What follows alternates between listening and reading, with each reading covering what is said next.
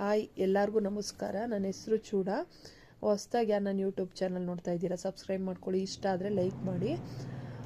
ನಾನು ಲಾಸ್ಟ್ ವೀಡಿಯೋದಲ್ಲಿ ಅದೇ ಭಗವದ್ಗೀತೆ ಶ್ಲೋಕ ಫಸ್ಟ್ ಚಾಪ್ಟರ್ ಕಂಪ್ಲೀಟ್ ಆಯಿತು.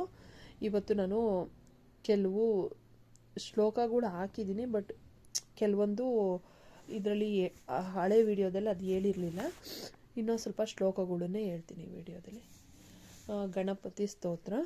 ಅಗಾಜನನ ಪದ್ಮಾರ್ಕಂ ಗಜಾನನ ಮಹರ್ನಿಶಂ ಅನೇಕದಂತಂ ಭಕ್ತಾನಾಂ ಏಕದಂತಮುಪಾಸ್ಮಯೇ. ಸರಸ್ವತಿ ಸ್ತೋತ್ರ. ನಮಸ್ತೆ ಶಾರದಾ ದೇವಿ ಕಾಶ್ಮೀರ ಪುರವಾಸಿನಿ ತ್ವಾಮಹಂ ಪ್ರಾರ್ಥಯೇ ನಿತ್ಯಂ ವಿದ್ಯಾದಾನಂ ಚ ದೇಹಿ ಮೇ. ಇದು ಲಕ್ಷ್ಮೀ ಸ್ತೋತ್ರ.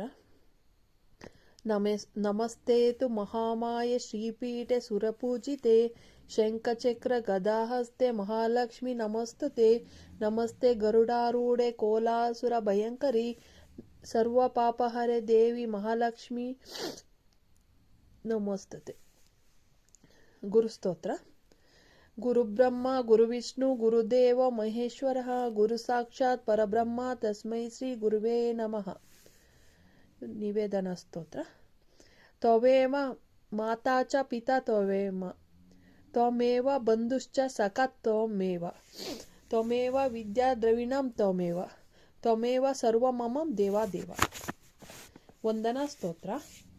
ಮಾತೃದೇವೋಭವ ಪಿತೃದೇವೋಭವ ಆಚಾರ್ಯ ದೇವೋಭವ ಅತಿಥಿ ದೇವೋಭವ. ರಾಘವೇಂದ್ರ ಸ್ತೋತ್ರ.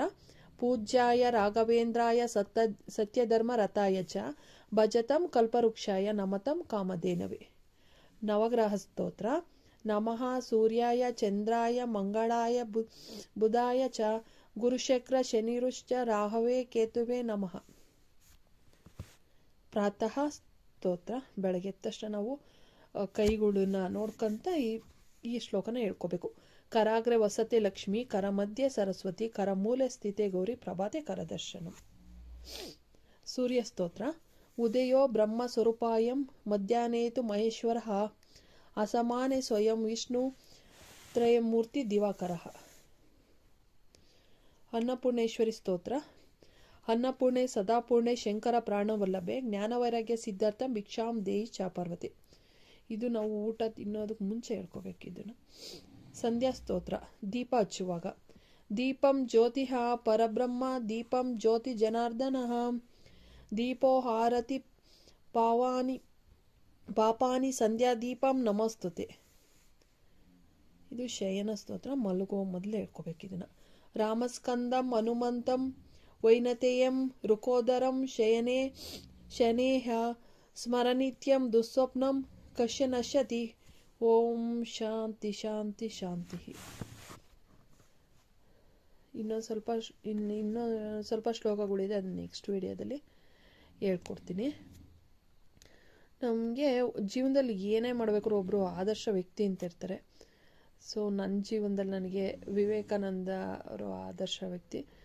Life is strength weakness is death ಅಂದರೆ ನಾವು ಏನೇ ಮಾಡಿದ್ರೂ ಯುವಕರಿಗೆ ಒಂದು ತುಂಬ ಪ್ರೋತ್ಸಾಹ ಅವರ ಮಾತುಗಳು ಪ್ರತಿಯೊಂದೂ. ಸೊ ಹಂಗಾಗಿ ನಾನು ಪ್ರತಿನಿತ್ಯ ಅವ್ರದ್ದು 1-2 ಶ್ಲೋಗನಾದರೂ ಅದು ನೋಡ್ತಾ ಇರ್ತೀನಿ. ಫಾಲೋ ಮಾಡೋ ಸ್ವಲ್ಪ ಕಷ್ಟನೇ, ಸಾಧ್ಯವಾದಷ್ಟು. ನಮಸ್ಕಾರ.